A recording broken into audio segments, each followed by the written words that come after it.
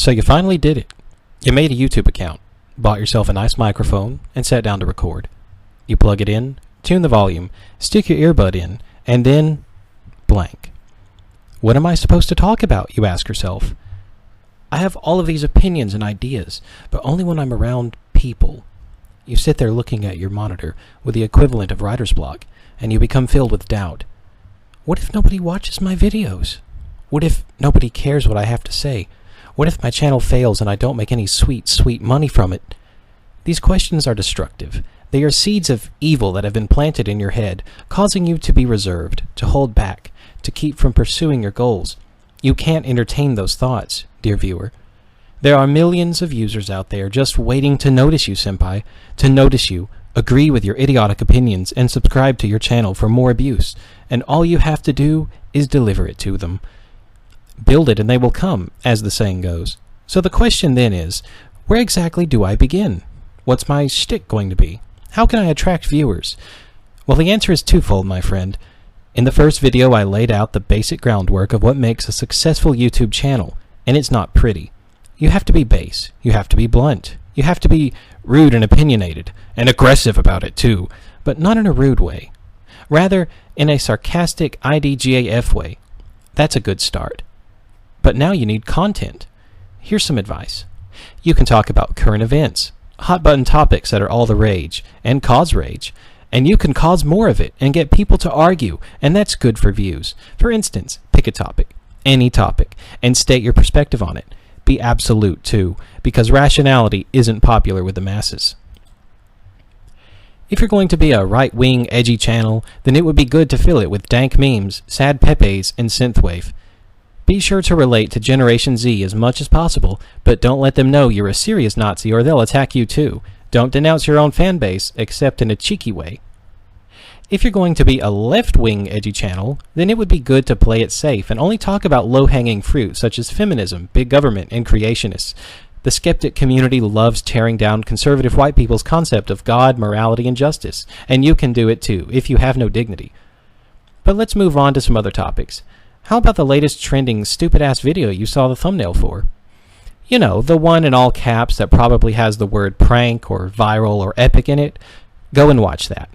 And I know it's going to be hard. Try not to grit your teeth too much, because you need to view this content in order to deconstruct it and prove, once again, that ignorance might be bliss, but cynicism online is cash. You can also start fights with other YouTubers yourself, but only if you have the balls and the arguments to survive the onslaught of their maniacal fans. They will come for you, they will mock you, they will call you a faggot, and they're probably going to be right. So if you take that route, be careful. Then we have the ASMR community.